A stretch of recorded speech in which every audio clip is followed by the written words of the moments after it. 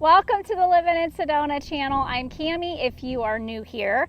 If you are looking for a peaceful, friendly town with a strong sense of history and stunning natural beauty with an affordable real estate market, then Camp Verde might be a good option to consider. And that is where we are today, in Camp Verde. We are getting started right now.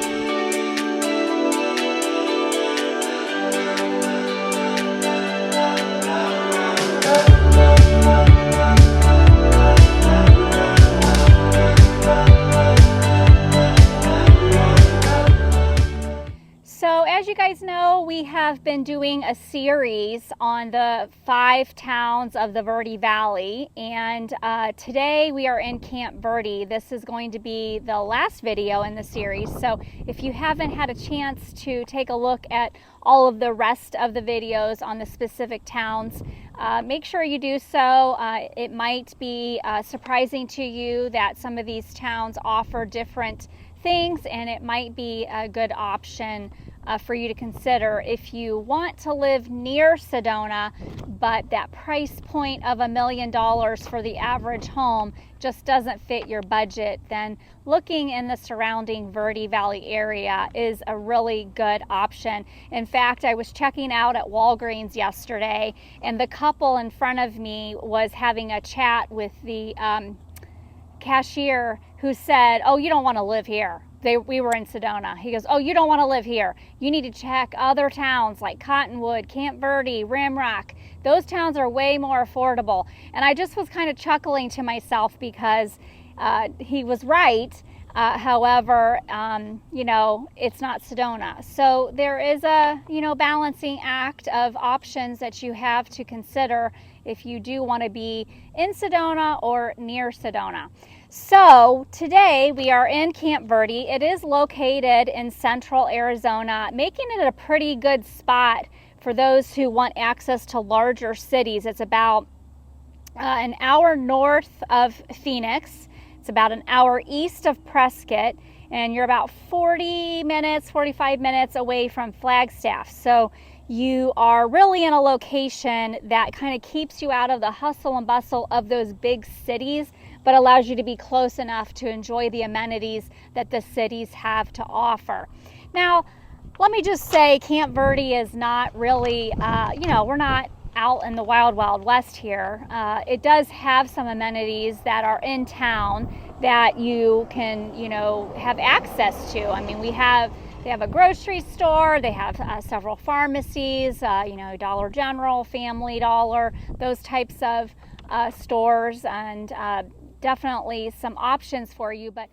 And newer to Camp Verde is the Northern Arizona Healthcare Facility, providing healthcare to the residents of Camp Verde. So what makes this spot so attractive to home buyers is that the location of Camp Verde not only provides all of those outdoor options available to you, like horseback riding and kayaking because you're near the river, and just hiking and off-roading. It allows for all of those things. But one thing that's different about Camp Verde is the location of it having access to the river. And so the ground here is actually considered to be agricultural. So you actually see a lot of farms here, agricultural businesses here, ranches. There's a lot of ranches here, whether they're boarding horses or they have cattle and goats, and farms basically. But the agricultural piece of Camp Verde is a lot of what people are attracted to, because a lot of people like to grow their own food, and so you see a lot of that here in Camp Verde. Camp Verde has a lot of history to it. I think I have talked about this before, that their history dates back all the way to its founding in the 1860s as a military outpost. Whereas we're right here, we're at the historical park. This preserves some of the original fort structures that was used during the Indian War era. And I've talked about that, I think, on Soldiers Pass, where the soldiers would come down through the pass and come to Fort Verde, it's called, right, honey? Yeah. So this town is also home to the Montezuma Castle National Monument, where you can take a look at the 1,000-year-old cliff dwellings that were built by the Sedona people.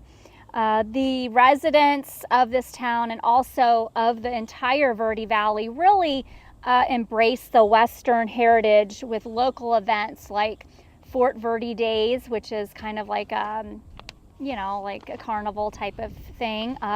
They just had their Pecan and Wine Festival here, which a lot of people love coming to. And actually, I was planning on coming, but I happened to have to take a trip back to Ohio, so I was not able to make the festival. But a lot of people in the Verde Valley area enjoy that festival because you get to appreciate but also experience the local growers of pecans and the winemakers in this area. And then of course they have the famous Corn Festival, and I'm not going to lie, our first year here, when I heard about the Corn Festival, I just thought, what the heck? Like, corn is for Nebraska and Iowa. Camp Verde, Arizona? Like, how much corn can they have?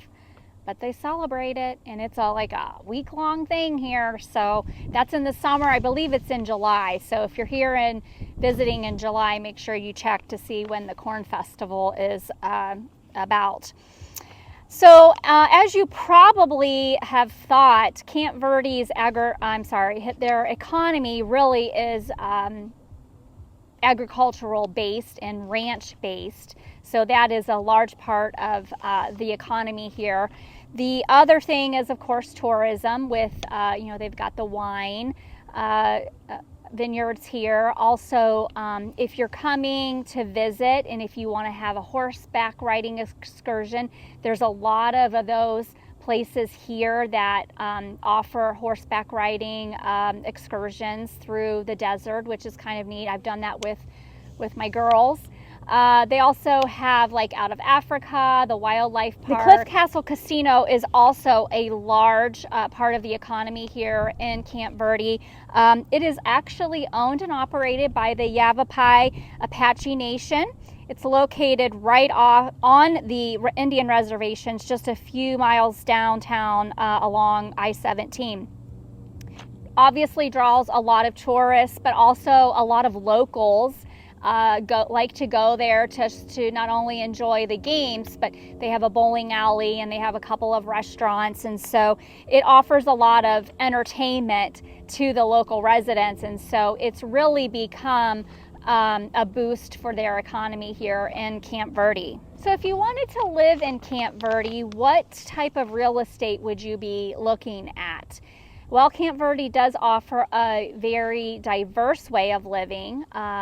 Right now, as I was pulling information off of the MLS today, there are currently 73 properties on the market in Camp Verde, ranging from $65,000 all the way up to $2.15 million.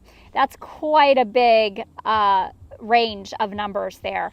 But the $65,000 home is a mobile home that is in a lot lease type of park, where you would have a monthly rent fee for your lot. You don't actually own the land underneath of it, so that's why the manufactured home is only $65,000. $65,000 is pretty cheap.